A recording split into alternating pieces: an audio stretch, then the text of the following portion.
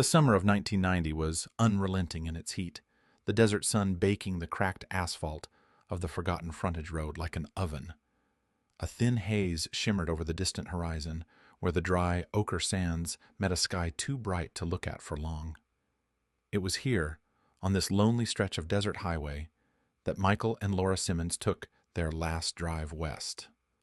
Newly married just days before, the couple had been eager to escape the small town they called home, its whispering streets and stifling routines. They dreamed of fresh starts, of horizons unseen, and a freedom that only the open road could promise. Their modest Ford Tempo, with its peeling blue paint and a bumper sticker that read, "Adventure awaits," seemed like the perfect vessel for that dream. But the road did not welcome them. It swallowed them. The townsfolk remembered seeing the car pass through late one evening, headlights cutting through the growing darkness. No one had seen them since. For 16 years, Michael and Laura were just a whisper, fading memories tied to a cold, unsolved mystery. Until, one day, a new kind of eyes in the sky noticed something strange beneath the desert floor. High-resolution satellite imagery, designed to detect shifts in the Earth's surface, had flagged an anomaly near the frontage road, a strange, car-shaped outline embedded in the soil.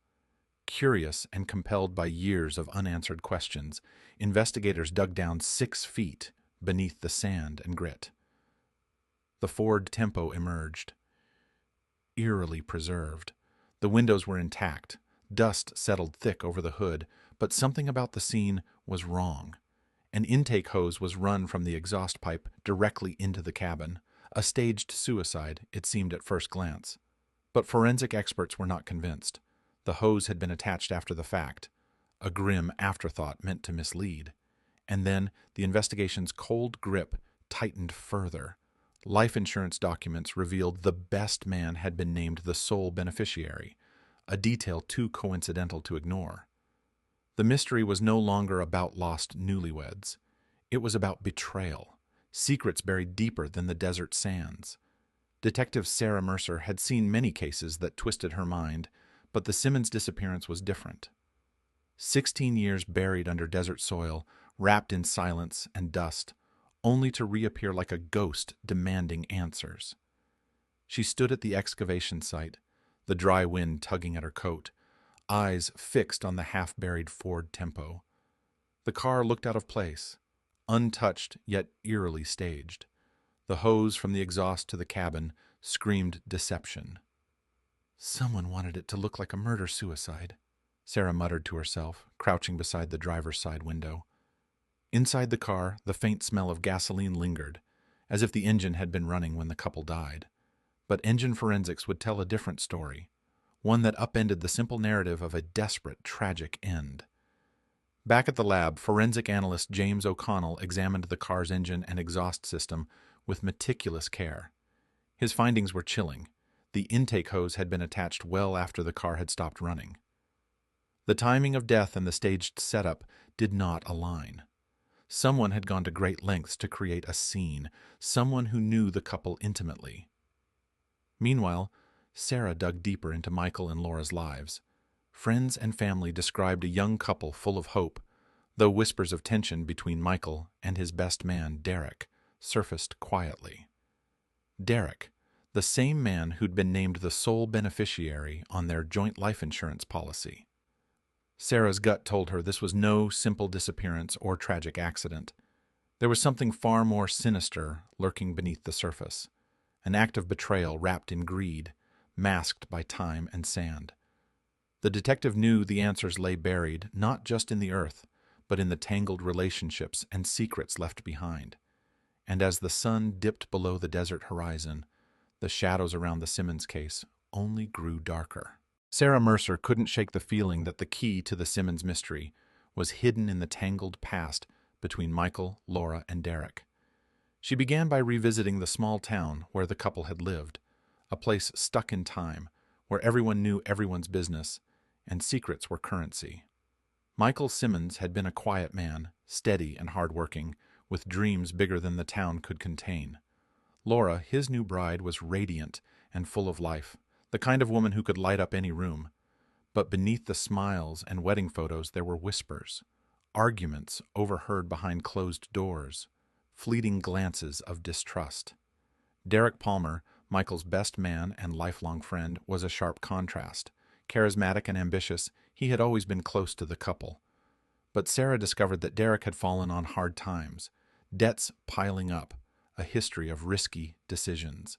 His sudden designation as the sole beneficiary on the life insurance policy raised red flags. Interviewing townsfolk, Sarah pieced together fragments of tension.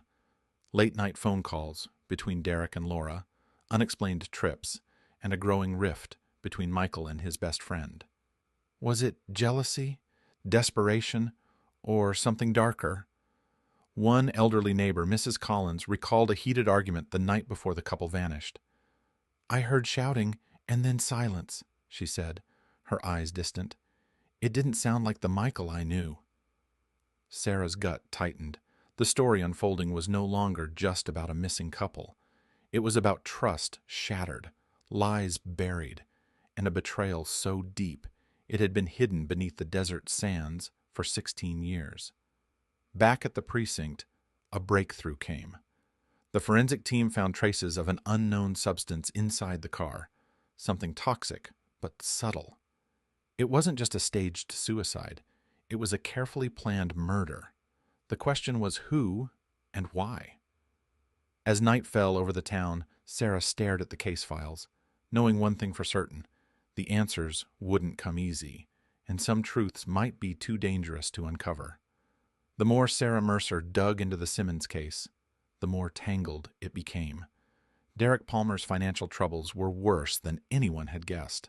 Bankruptcies, unpaid loans, even rumors of involvement with shady figures from a nearby city. The life insurance money was a lifeline and a powerful motive. Sarah requested a subpoena for Derek's phone records, emails, and bank accounts. The digital footprints revealed late-night calls and transfers to untraceable accounts just days before Michael and Laura disappeared. But when the detective confronted Derek, he remained calm, almost too calm. "I loved Michael like a brother," Derek insisted, eyes steady. "I didn't kill him. And Laura, she was like family." Yet his alibi was thin, and the evidence was closing in. At the lab, James O'Connell had more news. The toxic substance found inside the Ford Tempo was a rare chemical, one not easily obtained. It was a slow-acting poison designed to incapacitate without immediate symptoms. The perfect tool to control, to trap. Sarah's thoughts turned back to the intake hose, the staged suicide. Someone had wanted to make sure the deaths looked like an accident, or worse, a joint decision to end their lives. But who?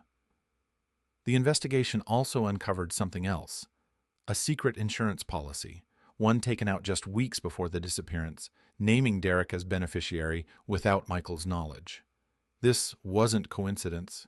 It was premeditation, pressure mounted from above. The case was gaining media attention, reopening old wounds in the community. Some wanted answers, others wanted silence. Sarah knew time was running out. The buried truth wasn't just about greed or betrayal.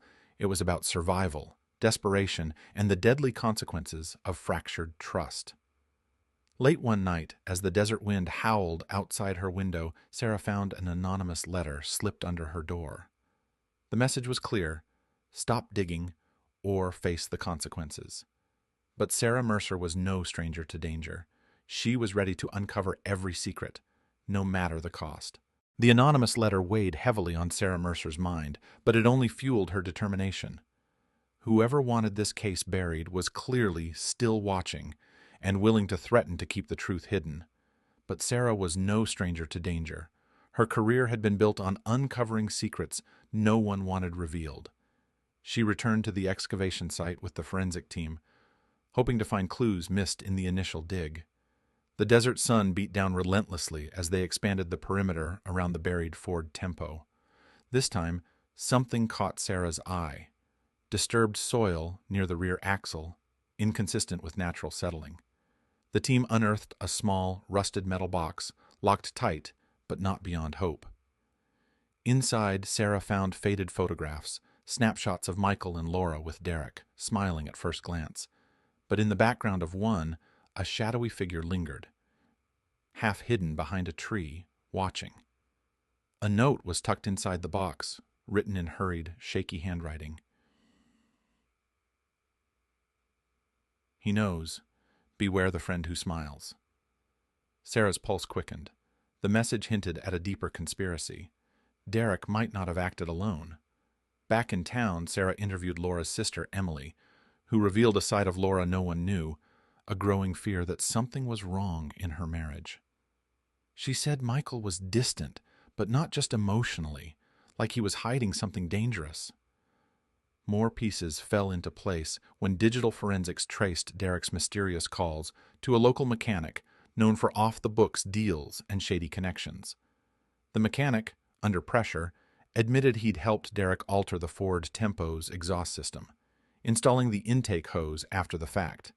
The staged suicide was planned carefully, but Sarah felt there was something bigger, someone pulling strings from the shadows, manipulating the scene. As night cloaked the desert, Sarah realized the case was no longer just about a couple's disappearance.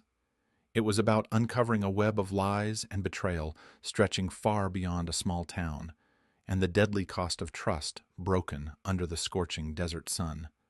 Detective Sarah Mercer stared at the photos from the metal box again, focusing on the shadowy figure lurking in the background. Who was this mysterious observer? And why had they left the cryptic note? The discovery suggested the disappearance of Michael and Laura wasn't an isolated incident, but part of something far more sinister. The mechanic's reluctant confession had opened a door, and Sarah was determined to walk through it. Late into the night, she dug through local records, uncovering a pattern of disappearances and suspicious accidents linked to Derek's circle of acquaintances. A small network of individuals with motives and secrets, each connected by money, fear, and silence. Sarah's investigation revealed that Derek had been involved with a clandestine group dealing in insurance fraud schemes, staging deaths to collect payouts. Michael and Laura's deaths had been the group's most elaborate plan yet, but why had the couple been buried rather than simply disappeared? That question led Sarah to an old desert quarry, long abandoned but rumored to be a dumping ground for evidence. Under the fading light, she found faint tire tracks and discarded items, a shattered bicycle helmet, cracked but eerily familiar. Her heart skipped. It matched the description of one found years ago in a separate case, linking the quarry to a web of unresolved disappearances. Sarah sensed she was closing in on a truth someone desperately wanted to keep hidden, and as she pieced together the connections, the threats escalated.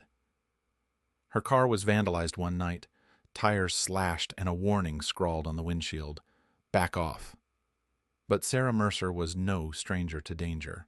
She was on the edge of uncovering a conspiracy that stretched far beyond the desert sands, one that could destroy lives or save them. Detective Sarah Mercer felt the weight of the case bearing down like the desert sun at midday. The threats were no longer subtle. Someone was playing a dangerous game, and she was in the crosshairs. Derek Palmer's calm facade was cracking.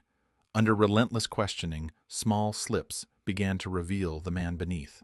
Desperate, cunning, and deeply entangled in a criminal web far bigger than anyone had imagined. One evening, Sarah received a call from Emily, Laura's sister.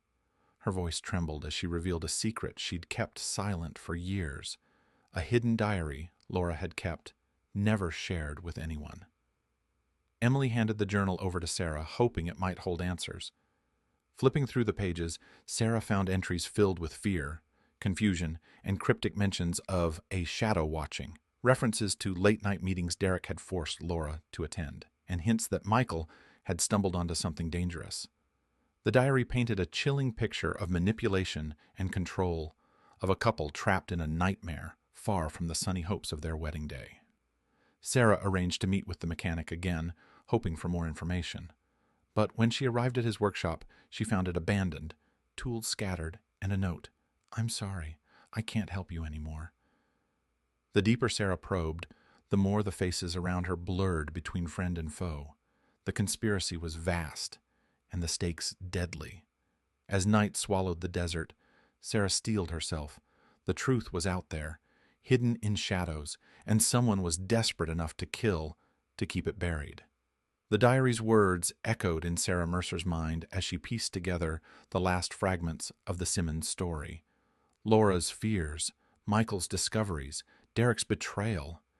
It all converged into a horrifying truth. Michael had uncovered the insurance fraud ring and planned to expose it. Derek, fearing exposure and financial ruin, conspired with others to silence them both. The staged suicide was a brutal cover-up, but burying the car and the couple 6 feet underground was meant to bury the truth forever. Sarah's phone buzzed late one night. An unknown caller whispered, "Stop now or you're next." The message was clear, but Sarah's resolve hardened. She couldn't walk away. Not now. Returning to the desert site, Sarah and a small forensic team uncovered traces of another body, disturbed soil near the buried car suggesting someone else was there, someone who had tried to escape but never made it. The pieces clicked together. Laura had tried to flee, but Derek's accomplices caught her. Her fate remained a haunting mystery. Sarah pushed forward, following leads to an abandoned cabin tied to the fraud ring. Inside, she found damning evidence. Documents, photos, and even video recordings implicating Derek and several powerful town figures. But as she prepared to leave, footsteps echoed behind her. The shadow from the past was closing in. The cold grip of fear tightened around Sarah Mercer as footsteps approached the abandoned cabin. She spun around, flashlight cutting through the darkness, revealing Derek Palmer standing with a sinister smile. "You should have stopped digging, Detective," he said calmly, his voice low and threatening. But Sarah was ready. "It's over, Derek. We have the evidence. You're finished." Derek laughed bitterly. "You don't understand what you're dealing with. This town, it protects its own." Suddenly the door slammed shut behind them. Sarah's heart pounded as Derek lunged toward her. A fierce struggle erupted amidst the dust and broken furniture. In the chaos, Sarah managed to trigger her radio call for backup. Within minutes, flashing lights cut through the night, and officers stormed the cabin. Derek was arrested, his criminal network exposed. The town's secrets spilled into the light. Insurance fraud, betrayals, and the chilling murders of Michael and Laura Simmons. The buried Ford Tempo was more than a forgotten car. It was a tomb for lies and deceit, now finally unearthed. As dawn broke over the desert, Sarah stood beside the freshly uncovered grave. She whispered a promise to Michael and Laura. Their story would not be forgotten. Their justice finally served. The desert wind carried away the last traces of silence, leaving behind the truth, raw, painful, but free at last.